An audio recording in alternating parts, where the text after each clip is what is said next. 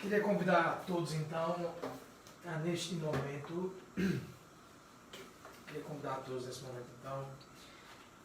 para a gente meditar um pouquinho na palavra do Senhor. Peço a todos que fiquem onde estão, ninguém sai, tá? Ninguém sai da live nesse momento, tá? Para a gente ter um tempinho, né? A gente tem a vida tão corrida, de tantos afazeres, a gente tem tanta coisa para pensar, resolver, mas a gente, às vezes, né, a gente para pouco para refletir na palavra de Deus. Eu queria convidar você nesta noite a não sair da live. Tivemos um momento gostoso de louvor, mas eu queria que você permanecesse e que você prestasse bem atenção naquilo que nós vamos meditar nesta noite. É um texto muito forte do livro de Tiago. E o livro de Tiago como um todo, ele traz uma série de exortações, de chamadas, né, a nossa atenção sobre muitas coisas e sobre muitos elementos assim da nossa caminhada, de nos fazer refletir onde nós estamos exatamente na nossa vida, se nós temos colocado de fato em prática aquilo que nós muitas vezes professamos crer. Em geral, o livro de Tiago, eu sinto que ele faz uma pergunta para mim e para você. Claro, o livro toca muitos pontos, eu não estou querendo resumir o livro em si, mas a essência do livro, ele nos pergunta, né? Onde é que nós estamos em relação à nossa fé e a prática dessa fé no nosso dia a dia? Nós temos uma fé real, uma fé viva. Essa fé viva, essa fé genuína, ela está impactando minha vida? Ela está trazendo transformação às diferentes áreas, a todas as áreas da minha vida?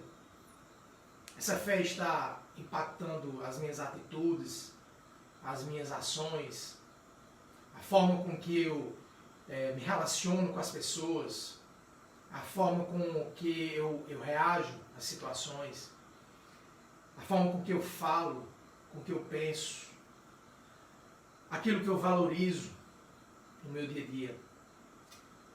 Lendo esse livro de Tiago, eu estava meditando nesse livro ontem, inclusive li os 5 capítulos com meu filho Lucas. Queria convidar e falar para todos, não só o livro de Tiago, mas essa semana pegue esse livro, leia os 5 capítulos, medite sobre o que esse livro maravilhoso quer nos falar. Deus quer nos falar através da sua palavra. E lendo esse livro essa semana, eu tenho sido profundamente impactado e muito desafiado. É importante que a gente pare um pouco para analisar onde nós estamos. É importante aproveitar esse tempo de pandemia, quando a gente está, de repente, encontrando aqueles 30 minutinhos a mais que a gente, de repente, estaria fazendo em algum outro lugar, ou fazendo em alguma outra atividade, né?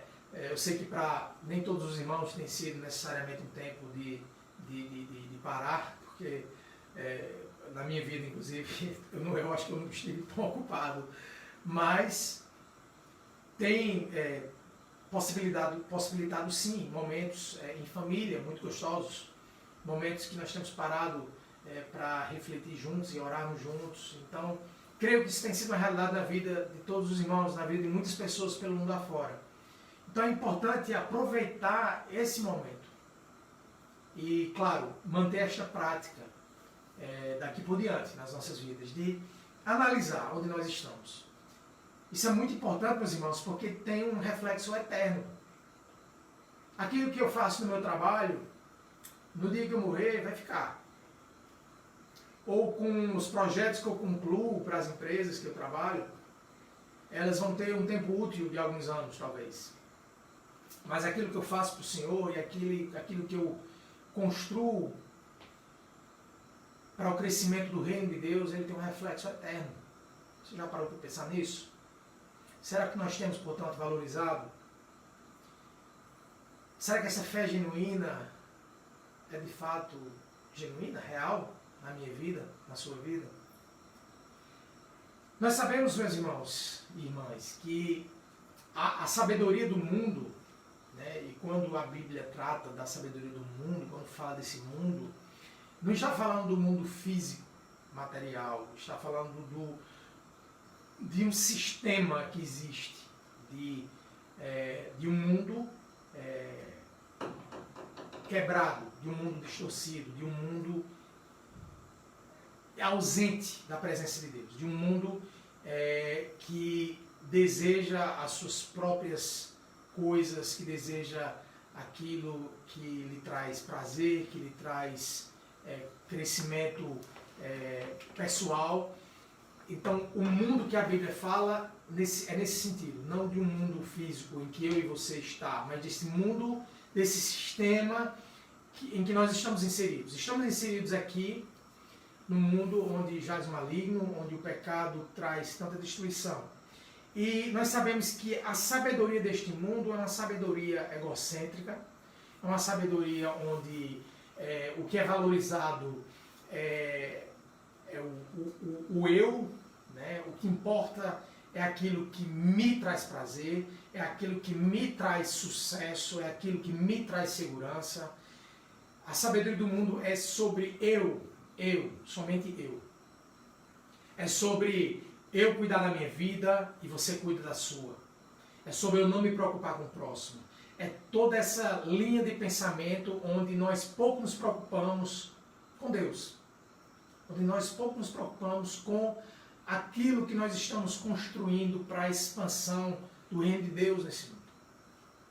Essa sabedoria nós sabemos que é uma sabedoria que nos distancia de Deus. Por outro lado, a Bíblia fala de uma sabedoria provinda de Deus, que se caracteriza pela humildade, pureza, amabilidade, submissão, misericórdia, bons frutos, imparcialidade, sinceridade, fruto de justiça, fruto de paz. No entanto, no texto que nós vamos refletir nessa noite, em Tiago, capítulo 4, nós vemos que Tiago, ele olha para a igreja e ele encontra um retrato bem diferente daquela sabedoria de Deus e dessas características que eu acabei de citar. Tiago olha para a igreja e olha uma pintura de pessoas vivendo o oposto a isso. Ele vê todo tipo de egoísmo, de pecado, de orgulho. E vemos, portanto, Tiago chamando a atenção da igreja, chamando a atenção dos irmãos, assim como ele faz em diferentes outros pontos da carta. Em resumo, o Tiago está perguntando, afinal de contas, o que está acontecendo? Qual é o problema? E antes de nós mergulharmos no texto, eu queria orar mais uma vez com os irmãos. Pedir que Deus abra as nossas mentes e corações para ouvir a sua palavra nesta noite. Deus e Pai, queremos te agradecer porque podemos ler a tua palavra, porque podemos refletir nela, porque podemos, Senhor, aprender mais de ti, através daquilo que o Senhor nos deixou nas tuas escrituras sagradas. Pai, pedimos que o Senhor abra as nossas mentes, os nossos corações para ouvir de ti nesta noite. Pai, eu não sou digno e sou pecador, limitado, mas pela tua graça e pela tua graça somente, nesta noite estou aqui, Senhor, para falar um pouco da tua palavra, da tua igreja. Que o Senhor me use, que o Senhor me capacite, que todos nós possamos atentamente ouvir a tua voz nesta noite. Em nome de Jesus Cristo que eu oro e agradeço. Amém. Meus irmãos, vamos logo pular então para o capítulo 4 de Tiago, começando a partir do primeiro verso.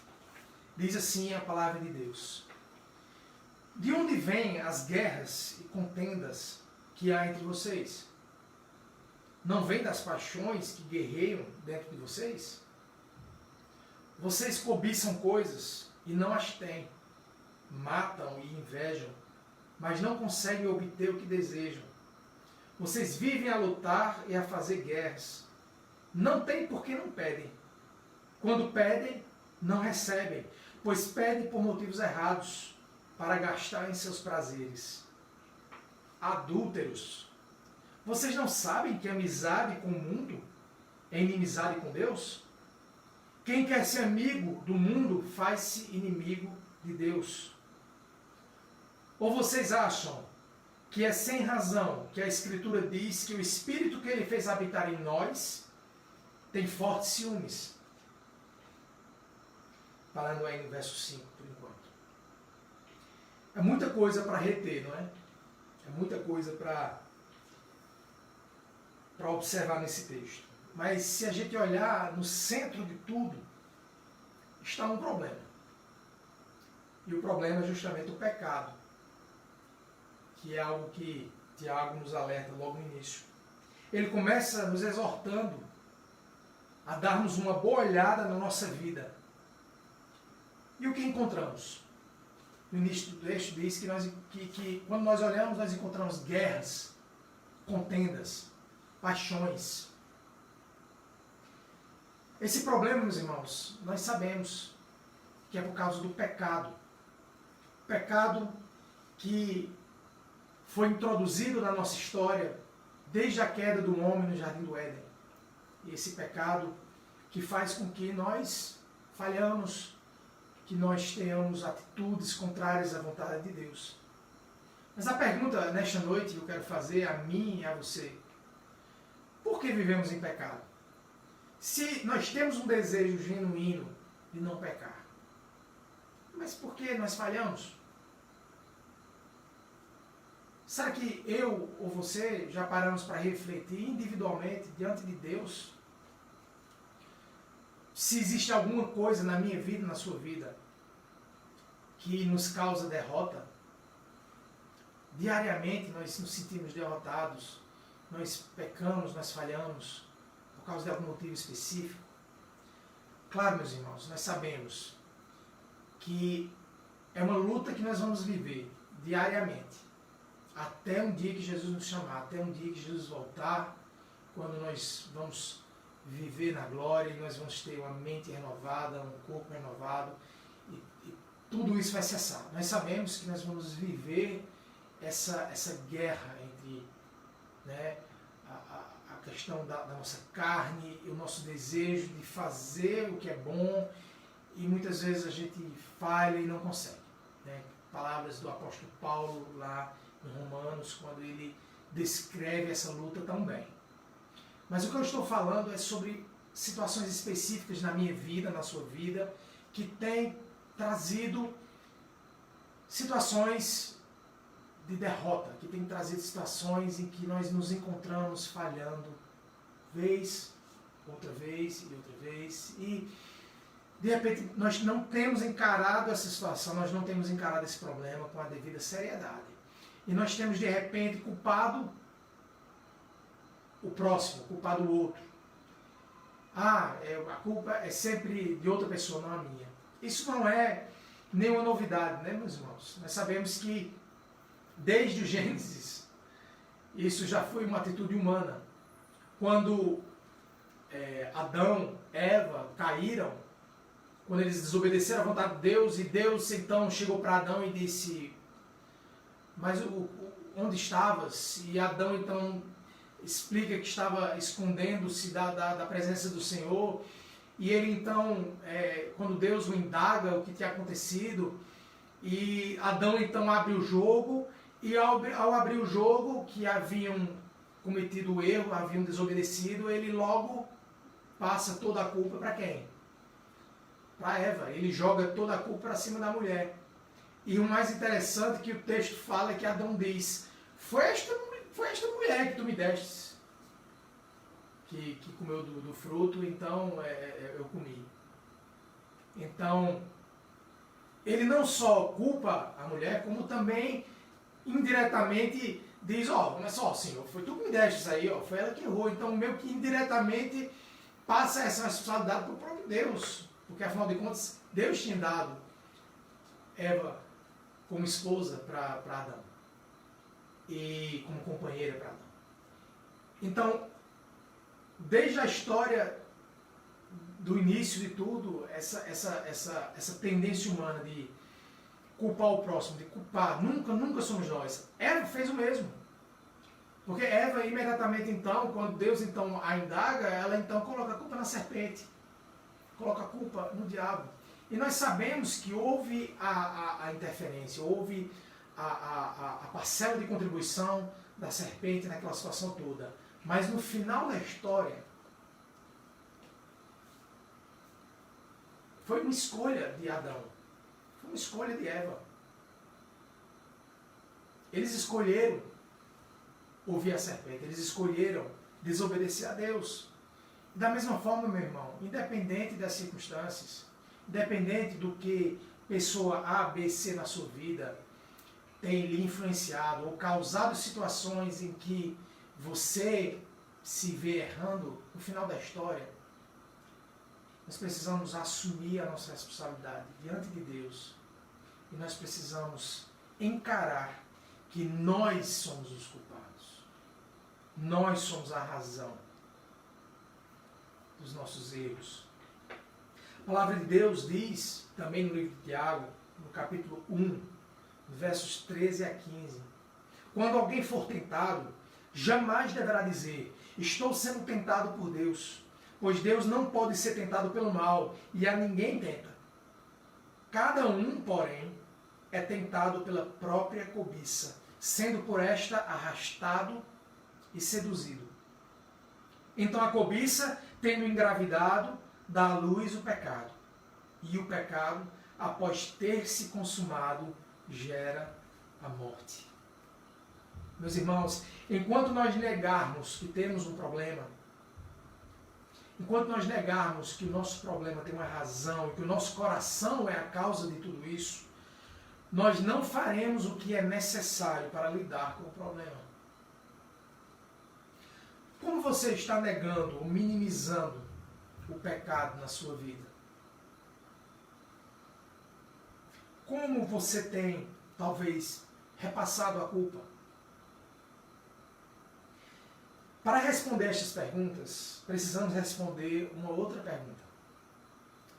No dia a dia, quem temos escolhido para amar? O verso 4 do capítulo 4 de Tiago usa uma linguagem bastante forte. O texto diz, adúlteros. Vocês não sabem que amizade com o mundo é inimizade com Deus? Quem quer ser amigo do mundo faz-se inimigo de Deus. Ou vocês acham que é sem razão que a Escritura diz que o Espírito que Ele fez habitar em nós tem fortes ciúmes? Ciúmes no sentido de que Deus não quer dividir o nosso amor, a nossa devoção com nada, nem com ninguém. Portanto, quando o texto fala adúlteros, ele está nos acusando de adultério espiritual. Adultério espiritual que acontece muitas vezes, meus irmãos, iniciando com uma coisa aparentemente simples e inofensiva. Quantos de vocês, porque eu já passei por isso, com certeza, quantas vezes eu me encontrei em situações que inicialmente pareciam inofensivas e pareciam que não iam me trazer mal, mas eu que sabia que aquilo ali não estava exatamente de acordo com a vontade de Deus, mas aí eu deixei aquilo ocupar espaço da minha mente e deixei aquilo cada vez mais infiltrar na minha vida, nos meus relacionamentos, e daqui a pouco, num piscar de olhos, eu estava envolvido. Quantas vezes, meus irmãos, nós meio que usando um termo bem jovial, nós meio que paqueramos com o mundo. E aquela paquera então vai se desenvolvendo em algo mais sério e daqui a pouco nós nos encontramos com um amante, nós nos encontramos com um outro Deus que não é o Deus verdadeiro nas nossas vidas, mas algo que preenche a nossa mente, preenche as nossas prioridades, preenche o nosso dia a dia com tanta coisa que não é a vontade de Deus e aquilo que Ele deseja de cada um de nós. e não um relacionamento íntimo com Ele, que é o que Ele deseja, que foi a razão para que Ele nos criou. O texto diz, como nós já lemos em Tiago 1, 14 e 15, cada um, porém, é tentado pela própria cobiça, sendo por esta arrastado e seduzido. Então a cobiça, tendo engravidado, dá à luz o pecado. E o pecado, após ter se consumado, gera a morte. Jesus, falando em Mateus capítulo 6, dos versos 19 a 24, olha que texto maravilhoso. Jesus Cristo fala: não acumulem para vocês tesouros na terra, onde a traça e a ferrugem destroem, e onde os ladrões arrombam e furtam. Mas acumulem para vocês tesouros no céu, onde a traça e a ferrugem não destroem, e onde os ladrões não arrombam nem furtam. Pois onde estiver o seu tesouro, aí também estará o seu coração. Jesus atinge na mosca o alvo. Pois onde estiver o seu coração, aí também estará, pois onde estiver o seu tesouro, aí também estará o seu coração. A questão, portanto, é: aonde está o nosso tesouro? O que tem consumido seus pensamentos, os meus pensamentos? E o mais importante nesta noite, meus irmãos, o que nós vamos fazer sobre isso? Seguindo com o texto do capítulo 4 de Tiago, o texto nos apresenta duas opções. A opção de trilhar por um caminho de humildade, a opção de trilhar por um caminho de orgulho. Nós sabemos do risco do orgulho. C.S. Lewis, em um dos seus livros, ele apresenta o seu pensamento, que eu concordo demais, que o problema maior da igreja, inclusive da igreja, porque é algo do qual nós não estamos alheios, que o maior problema, na opinião dele, é a questão do orgulho. E de fato é algo que nós precisamos ter muito cuidado. E muitos textos da Bíblia e muitos provérbios tratam da seriedade e do mal que o orgulho pode trazer na vida de uma pessoa. Em Provérbios 11:2 diz: quando vem o orgulho, chega a desgraça, mas a sabedoria está com os humildes. Provérbios 16:18-19 diz: o orgulho vem antes da destruição, o espírito altivo antes da queda. Melhor é ter espírito humilde entre os oprimidos do que partilhar despojos com os orgulhosos. E Provérbios 18:12 diz: antes da sua queda o coração do homem se envaidece, mas a humildade antecede a honra. Meus irmãos, no texto de Tiago, capítulo 4, seguindo a partir do verso 6, o texto continua dizendo: mas ele nos concede graça maior. Por isso diz a Escritura: Deus se opõe aos orgulhosos, mas concede graça aos humildes. E preste bem atenção no que o texto tem a seguir. O texto diz: portanto, submetam-se a Deus, resistam ao diabo e ele fugirá de vocês. Aproximem-se de Deus e ele se aproximará de vocês. Pecadores, limpem as mãos. E vocês que têm a mente dividida, purifiquem o coração. Entristeçam-se, lamentem e chorem. Troquem o riso por lamento e a alegria por tristeza. Humilhem-se diante do Senhor e Ele os exaltará. Quando digo que o texto nos apresenta dois possíveis caminhos para lidar com o pecado, e esses dois caminhos sendo o caminho da humildade ou o caminho do orgulho, é porque um orgulhoso, ele não vai se submeter. O orgulhoso, ele não vai nem assumir que existe um problema, ou que o problema está com ele. Um orgulhoso, ele não vai se submeter à vontade de Deus. limpar suas mãos, buscar purificar o seu coração, muito menos entristecer-se, lamentar e chorar na presença de Deus. Trocar o riso por lamento e a alegria por tristeza. A palavra de Deus nos diz da questão de que o humilhar-se na presença de Deus, mesmo que traga uma dor momentânea, mas é uma dor que vai trazer uma honra futura e uma glória eterna. É algo que vai trazer a longo prazo a transformação da minha vida. Então eu devo almejar isso na minha vida, nem que momentaneamente traga algum processo de dor, onde Deus vai trabalhar através da dor na minha vida. Uma transformação que a longo prazo vai trazer benesses que são muito maiores do que qualquer sofrimento que porventura esteja passando hoje. Meus irmãos, pecar não é bom. Mas não se engane. Responder ao pecado com orgulho é ainda pior. E lembre-se que o orgulho e o pecado não está só naquilo que muitas vezes nós olhamos para as coisas externas da nossa vida. O pecado que você pode de repente passar na sua mente agora como aquele pecado que você pessoalmente trata como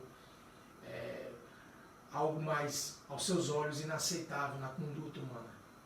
Nós sabemos que diante de Deus todos os pecados são tratados com a mesma seriedade, que não existe classificação de pecado.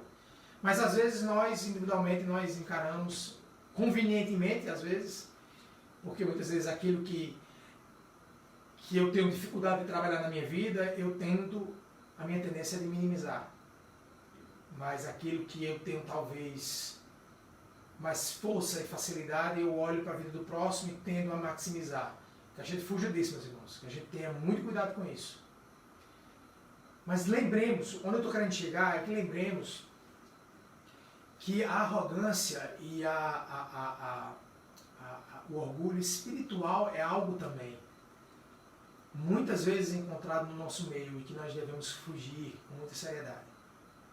Que muitas vezes, infelizmente, quando nós crescemos, por exemplo, no conhecimento teológico, no conhecimento da Bíblia, nós crescemos no ministério e, infelizmente, e desculpe a franqueza, nós, em vez de nos parecermos mais com Cristo, nós parecemos mais com o diabo.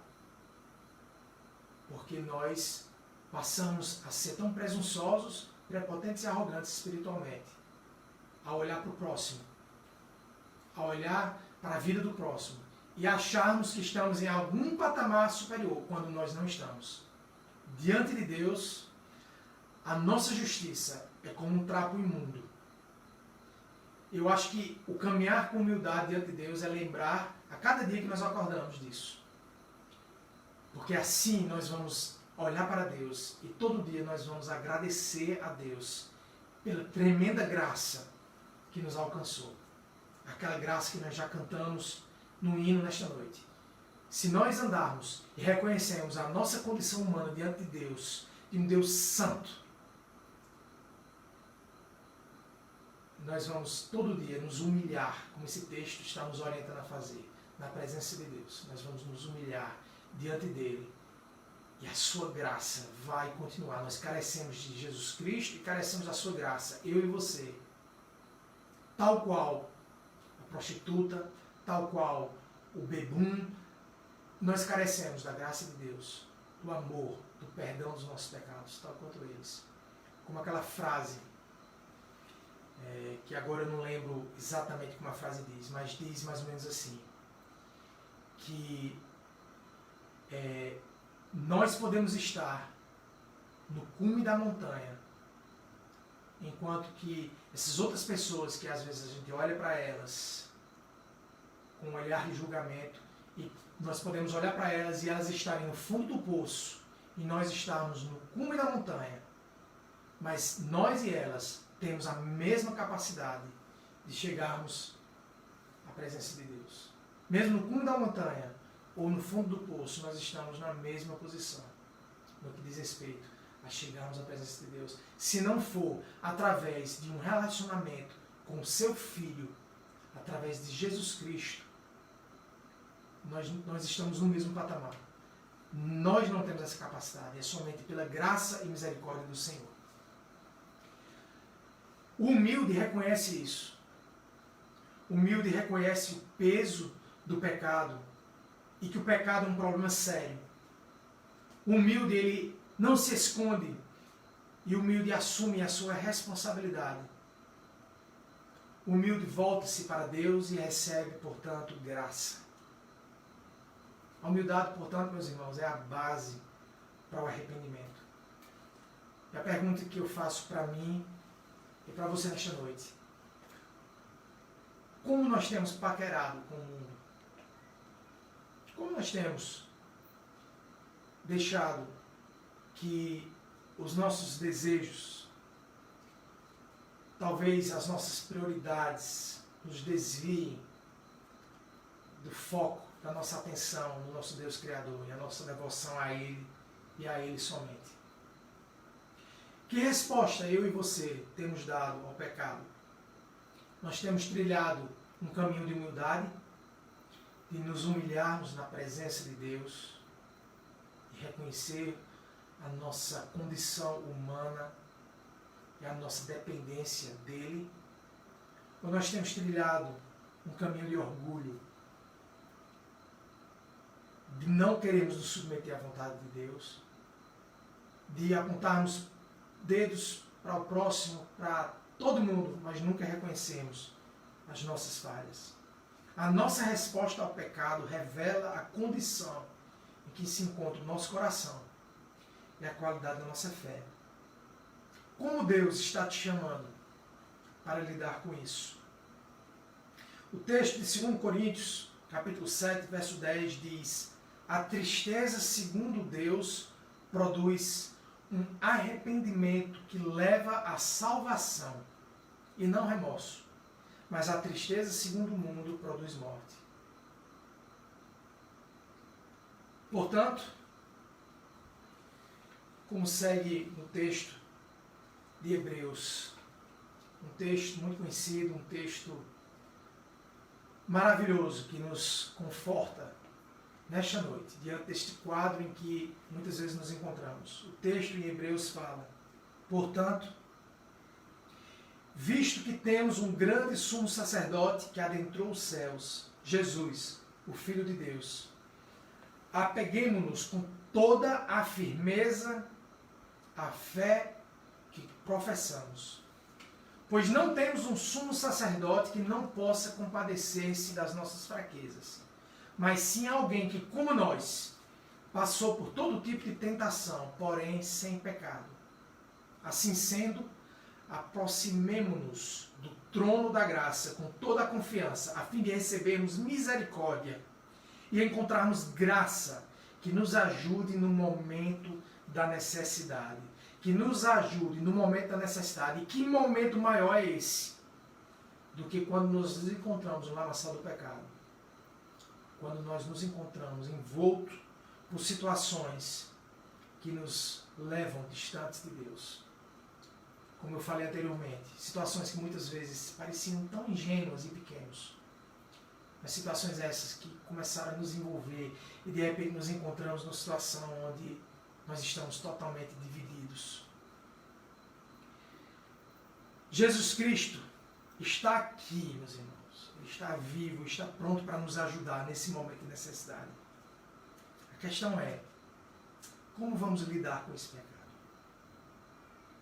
Que nós possamos, diante de Deus, encarar que nós precisamos mudar.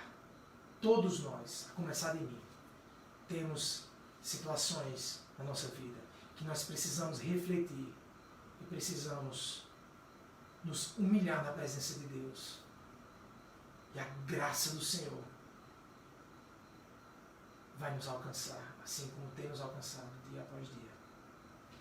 E nesta noite eu queria convidar você, meu irmão, abrir em Tiago capítulo 1 e fazer uma leitura comigo de onde você está agora.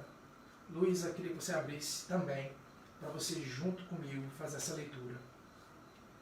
Uma leitura que nós vamos fazer como uma oração nesta noite. Que nós possamos fazer essa leitura juntos. Tiago, capítulo 1, versos 22 a 25. Quando eu fizer a contagem, a gente faz essa leitura juntos, tá? Você também, Luísa. Todos nós juntos vamos fazer essa leitura. Vou fazer uma leitura bem pausada. Tiago, capítulo 1, verso 22 a 25. Vamos fazer essa leitura como uma oração nesta noite. 1, 2, 3. Sejam praticantes da palavra e não apenas ouvintes, enganando-se a si mesmos. Aquele que ouve a palavra, mas não a põe em prática, é semelhante a um homem que olha a sua face num espelho e depois de olhar para si mesmo, sai e logo esquece a sua aparência. Mas o homem que observa atentamente a lei perfeita, que traz a liberdade, e persevera na prática dessa lei, não esquecendo o que ouviu, mas praticando-o, será feliz naquilo que fizer. Deus e Pai, eu quero nesta noite, Senhor, te agradecer pela tua palavra e quero, Senhor, orar por cada um de nós, pedindo a tua graça, a tua misericórdia sobre as nossas vidas. Que aquilo que na minha vida eu não tenho reconhecido e não tenho trilhado um caminho de humildade, de submeter à tua vontade, de clamar a ti, de chorar na tua presença. Ó Senhor, tem misericórdia de mim, tem misericórdia de cada um de nós. Que nós possamos, Senhor, nos apresentar diante de ti, clamando a ti, Senhor, por perdão. E nos apegarmos à certeza de que nós temos Jesus Cristo pronto para nos ajudar. Alguém que, como nós, viveu aqui na terra, que viveu as tentações deste mundo, mas que cumpriu a vontade do Pai e morreu na cruz do Calvário sem cometer pecado algum. Que nós possamos, Senhor, saber que nós temos Jesus Cristo conosco, junto conosco neste barco, navegando por esta vida. Que o Senhor, Pai, possa trazer à nossa mente, que o Espírito Santo possa falar ao nosso coração neste momento sobre aquele ponto, ou aqueles pontos na nossa vida em que nós precisamos nos humilhar na Tua presença. E possamos, Senhor, como esse texto que acabamos de ler, colocar em prática na nossa vida diária o que nós professamos crer. Que não sejamos somente ouvintes da Tua palavra. Que não apenas ouvimos uma palavra e damos glória a Deus e que texto bonito, que palavra maravilhosa. Nada isso vale se isso não trouxer na minha vida reflexão e mudança. Que isso comece a partir de mim. Que isso comece a partir de cada um de nós nessa noite. Muito obrigado pela graça imerecida. Muito obrigado porque Jesus Cristo levou sobre si as nossas dores e pagou naquela cruz o preço do nosso pecado. E que nós possamos, com humildade, reconhecer a nossa condição e dia após dia andar em humildade na Tua presença, cientes da nossa condição diante de Ti. Um Deus santo, um Deus perfeito. Pai, em nome de Jesus Cristo, nós agradecemos pela Tua palavra e pedimos que o Senhor continue falando aos nossos corações através desse texto, nós possamos refletir nela de dia e de noite. Em nome de Jesus Cristo, nós oramos. Amém e amém.